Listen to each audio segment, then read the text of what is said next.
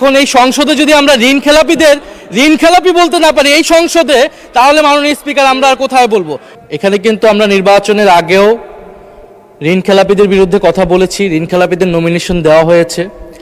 নির্বাচনের পরেও আমি আমার প্রথম অধিবেশনের বক্তব্য এইখানে মাননীয় অনেক সম্মানিত সংসদ সদস্য তাদের কত কত ঋণ খেলাপি রয়েছে সেই সংখ্যা আমি উল্লেখ করেছি, তাদের সম্মানিত নাম প্রকাশ করিনি। এখন যেই দল ঋণ খেলাপিদের নমিনেশন দিয়ে তাদেরকে সংসদে নিয়ে আসে, এটা তো তাদের দায়িত্ব, তাদের উপর এই দায় চাপায়। এখন যদি সংসদে এতগুলো ঋণ খেলাপি থাকে, তাহলে এই সংসদকে তো ঋণ খেলাপিদের সংসদ বলবে, বা সরকার দলীয় লোকেরা যারা মেজরিটি 2/3 মেজরিটি করেছে তারা ঋণ খেলাপিদের সংসদে নিয়ে এসেছে, এটা সাধারণ মানুষ এটা স্বাভাবিকভাবেই বলবে। আর আমরা সংসদকে সার্বভৌম বলতেছি।